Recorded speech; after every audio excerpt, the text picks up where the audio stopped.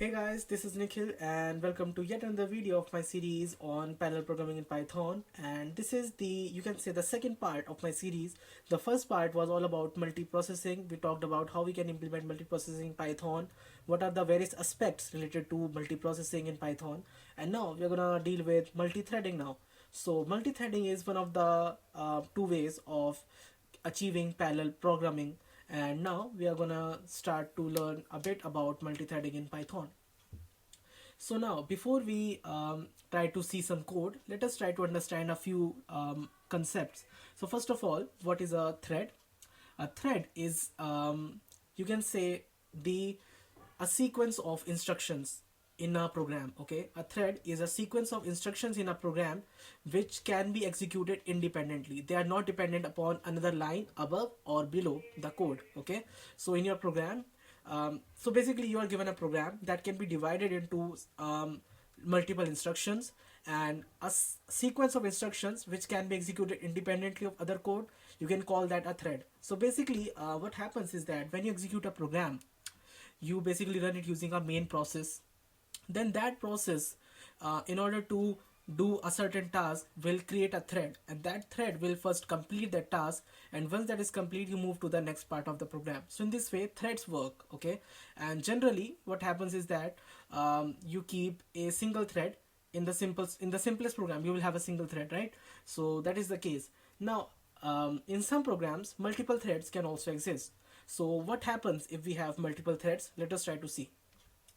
So each thread actually has its own register set and local variables. So what are these? A register set is used for storing the values, um, which is used for storing some intermediate values during a computation. Okay, so there might be some values which we want to use during a computation, like some balance value while you are adding two values or so on, like that. So that is the register set which contains some temporary variables, some temporary values, right? And then there is something called local variables. Like when you call a function, then in your function definition you might be creating some local variables, so those are also stored in the thread. So that is the case. And other than that, all threads share something, which is the global variables of your code and the program code. So that is the thing.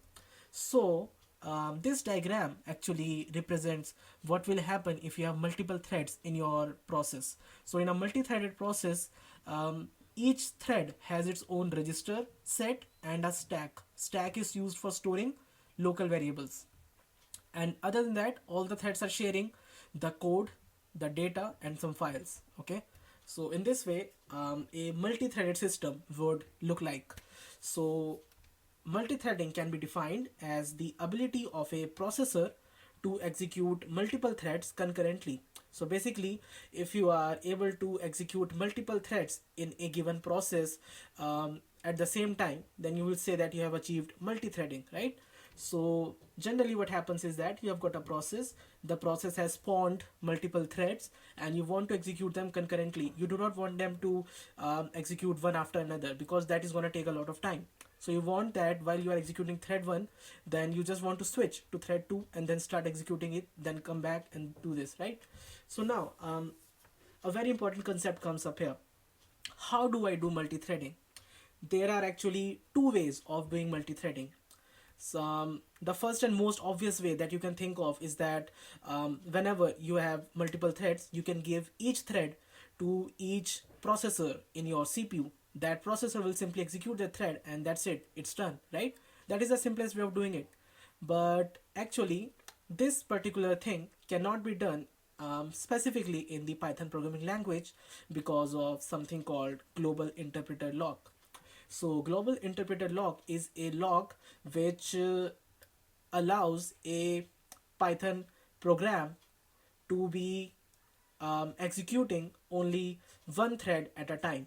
Okay, so a Python interpreter, actually your Python interpreter can actually be executed by only one thread at a time. That is the limitation, and that leads to something called global interpreter lock.